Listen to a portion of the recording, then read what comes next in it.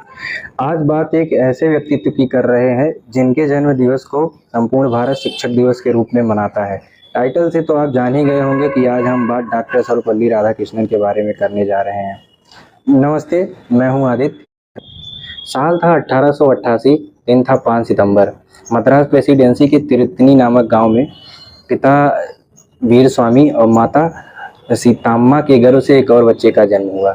जी हाँ, डॉक्टर सर्वपल्ली राधाकृष्णन जी अपने माता पिता की दूसरी तेलुगु भाषी परिवार से थे। उन दिनों राजस्व विभाग में काम कर रहे थे। आय कम होने के कारण वे अपने सभी बच्चों को एक समान सुविधाएं नहीं दे पाए। बात करें इनके शिक्षा की तो इनकी 8वीं तक की शिक्षा इनके गांव तिरुत्तनी में ही हुई थी और 8वीं के बाद की शिक्षा एक क्रिश्चियन मिशनरी स्कूल वेल्लूर से हुई थी। मद्रास कॉलेज से इन्होंने बीए स्नातक में किया और उसमें फर्स्ट डिवीज़न पास भी किए।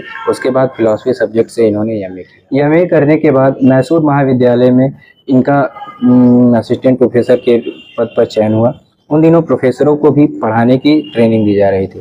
ट्रेनिंग के दौरान ही अपने सहपाठियों को 13 ऐसे सिद्धांत दिए जिसको आगे चलकर 1912 में जिसके नाम से मनोवैज्ञानिक की आवश्यकता नाम से पुस्तिका छपी। इसके बाद इनको बहुत ख्याति मिली और ख्याति के बाद इन्हें बहुत सारी उपाधियां भी दी गई। ये तो था इनका प्रारंभिक जीवन। बात करें इनके राजनीतिक जीवन की, इनका राजनीतिक जीवन 1928 से शुरू हुआ। 1928 उन दिनों कलकत्ता में कांग्रेस का अधिवेशन चल रहा था। कांग्रेस अधिवेशन के दौरान ही इनका मिलना पंडित नेहरू से हुआ। हालांकि नेहरू जी भी इनकी ख्याति से इनसे परिचित थे, परंतु ये किसी भी पार्टी से जुड़े हुए नहीं थे। अधिवेशन में नेहरू जी के कहने पे इन्होंने भाषण दिया। इस भाषण से इनको इतनी प्रख्याति मिली कि London university of Manchester London से इनको स्पीच के लिए बुलावा आ गया। उस बुलावे के बाद इनको और भी ख्याति मिली। उपाधियां मिलने से इनको बहुत सारे पदभार भी मिले।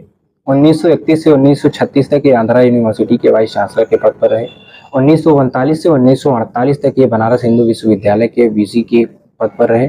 1953 से 1962 तक ये दिल्ली विश्वविद्यालय के वाइस चांसलर बने रहे। हालांकि 1936 से 1952 तक ये ऑक्सफोर्ड विश्वविद्यालय के प्राध्यापक भी रहे और 1946 में इन्होंने यूनेस्को साइट पर भारत का प्रतिनिधित्व भी किया। इनका जीवन राजनीति की तरफ तब बदला जब इन्हें संविधान निर्माण सभा का सदस्य बनाया गया।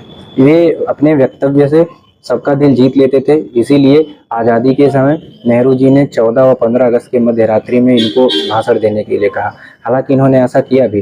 भाषण देने के बाद ही इनको सोवियत संघ आज के रसिया के मॉस्को में राजदूत बनाकर भेजा गया।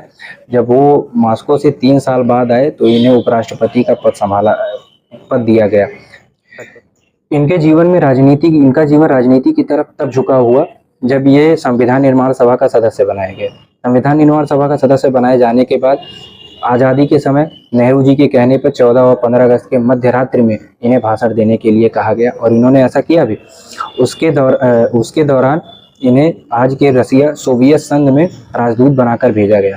3 साल बाद जब ये रसिया से भारत आए तो इन्हें 1952 से 1962 तक उपराष्ट्रपति का पद संभाला। उसके बाद 1962 से 1967 तक राष्ट्रपति का पद संभाला। राष्ट्रपति बनने के बाद इन्होंने शिक्षा क्षेत्र में बहुत कार्य किया। दार्शनिक और शैक्षिक उपलब्धियों के कारण इन्हें 1954 में भारत रत्न से भी नवाजा गया। तो कहानी एक ऐसे व्यक्तित्व की थी जिन्होंने शिक्षक से राष्ट्रपति तक का सफर तय किया। आज की कहानी में बस इतना ही। तब तक के लिए अपना ख्याल रखिए। मिलते हैं किसी दूसरे वीडियो में। धन्यवाद।